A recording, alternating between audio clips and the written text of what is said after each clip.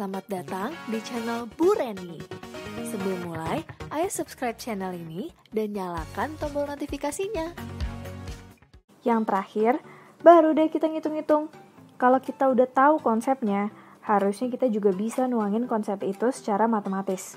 Karena rumus bukan dihafal, tapi kita pahami dulu, terus kita harus bisa nalar sendiri korelasi atau keterkaitan antara hal satu dengan yang lainnya supaya bisa jadi rumus. Nah, aku mau nunjukin ke kalian rumus-rumus induktor, tapi nggak langsung rumus, tapi berdasarkan bukti nyata. Di sini, aku punya rangkaian induktor. Komponennya ada sumber tegangan AC-nya dan induktor itu sendiri. Aku tambahin juga 3 osiloskop yang bisa nunjukin kalian perbandingan antara arus terhadap waktunya. Yang satu untuk memperlihatkan arus itu sendiri, yang satu tegangan di induktor, dan yang satu lagi tegangan di sekitar sumber tegangan AC-nya. Nah, kalau di sini kita start dulu ya. Waktu kita start, ini mulai berjalan elektronnya, berarti arusnya juga mulai jalan. Nah, kalian bisa lihat nggak perbedaan antara tegangan di sumber tegangan AC-nya, terus tegangan di komponen induktornya, dan arus itu sendiri? Ada yang beda nggak sih? Oke, biar lebih jelas kita pause ya. Terus kita coba gambarin dan tumpang tindihin diagram satu dan lainnya. Kira-kira kayak gimana sih? Nah, kalau kita bikin diagram yang sumbu-nya berarti merepresentasikan dua variabel, voltage dan arusnya, yang X-nya merepresentasikan waktu. Nah, di sini kita bikin diagram untuk V dan I kurang lebih kayak gini ya. Jadi ketika si arusnya udah sampai 90 derajat, udah ada di puncak, si arus ini masih baru sampai di sini nih. Nah, jadi kita lihat nih perbedaannya berapa. Kalau yang ini voltage-nya satu gelombang penuh itu segini. Berarti kalau di sini berarti berapa nih? 90 derajat ya. Kalau yang untuk arus berarti waktu dia nyampe ke titik tertingginya, amplitudonya, dia berarti berapa? 180 derajat. Oke, berarti kalau misalnya kayak gitu, ingat rumus-rumus yang dulu, VL-nya berarti VL max dikali sin omega T dibandingin sama arusnya nih. Kalau V yang di sini itu sin omega T, di sini kan dia terlambat. Terlambatnya berapa? 90 ke 180. Berarti terlambatnya 90 derajat. Berarti IL sama dengan IL max dikali sin omega T minus 90.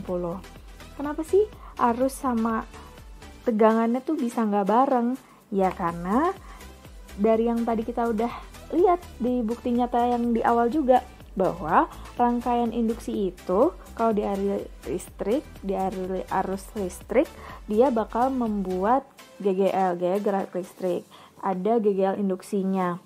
Jadi dia nggak akan langsung tiba-tiba habis kalau dicabut, nggak akan langsung juga tiba-tiba naik kalau baru dialiri, tapi dia akan melengkung pelan-pelan. Nah, dari situ dia bikin jadi terlambat gitu. Nah, kita tadi udah tahu tegangan di rangkaian induktor, arus di rangkaian induktor. Sekarang kita butuh tahu reaktansi atau hambatan di rangkaian induktor itu. Nah, di sini kita udah tahu bahwa GGL induktor itu sama dengan tegangan di rangkaian induktor itu. Dimana kalau kita ingat-ingat lagi nih, rumus yang terkait dengan hukum Faraday, hukum Lenz, bahwa GGL induktor itu L dikali DIL per DT sama dengan, ini VL-nya kita tadi udah tahu nih, udah dapat, yaitu VL max dikali sin omega T. Nah, dari sini aku pengen dapet IL-nya aja nih. Jadi kita bisa nyamain sama yang tadi. IL-nya kita udah tahu, IL max sin omega T minus 90. Nah, IL nih kayaknya tahu juga nih. Biar gampang aja gitu, pindahin ke kanan kan. dt-nya kita pindahin ke kanan, L-nya juga kita pindahin ke kanan, tapi baru dapat DIL, belum IL. Berarti kita integralin dulu nih si turunan ini. IL-nya berarti sama dengan apa? VL max per L. Kenapa? Soalnya VL max per L yang di atas, yang di dalam integral, kita bisa keluarin. Soalnya dia kan konstanta. Nah, dari situ berarti kita integralin sin omega t dt. Sin omega t dt. Integralnya sin apa sih? Minus cos, berarti minus cos omega t. Nah, tapi omega t-nya ini harus kita integralin lagi nih. Jadi berarti integralnya apa? Dikali 1 per turunannya omega t, omega.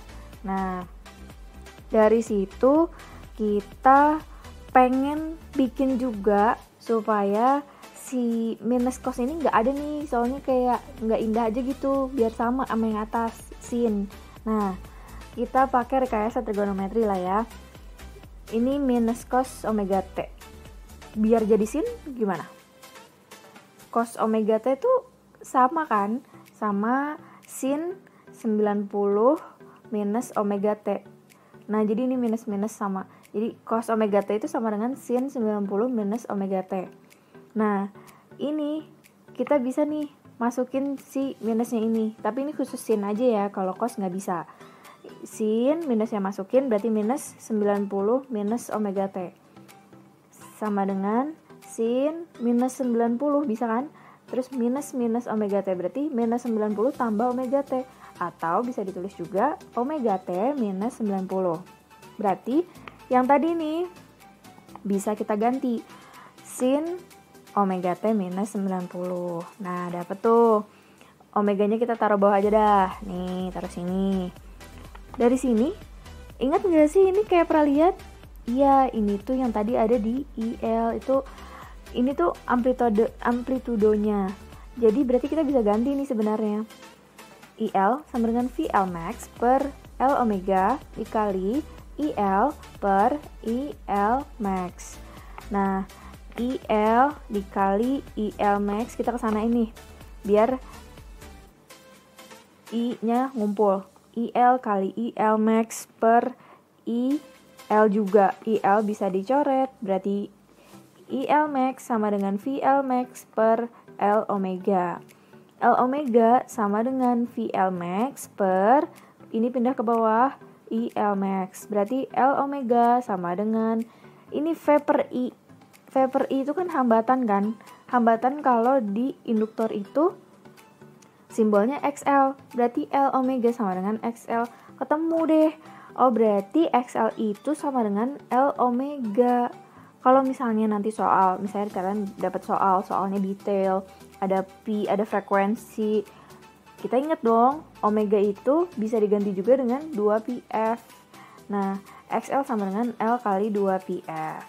Itu ya. Dapat deh. Jadi kita dapat tegangannya, dapat arusnya, dapat reaktansi induktifnya juga. Jelas ya? Nah, sekarang empat-empatnya udah dijelasin semua. Saatnya buat kalian yang komen di bawah. Terus jangan lupa buat subscribe, kasih komentar, kasih pendapat juga biar video ini jadi lebih baik. Atau bikin request juga boleh.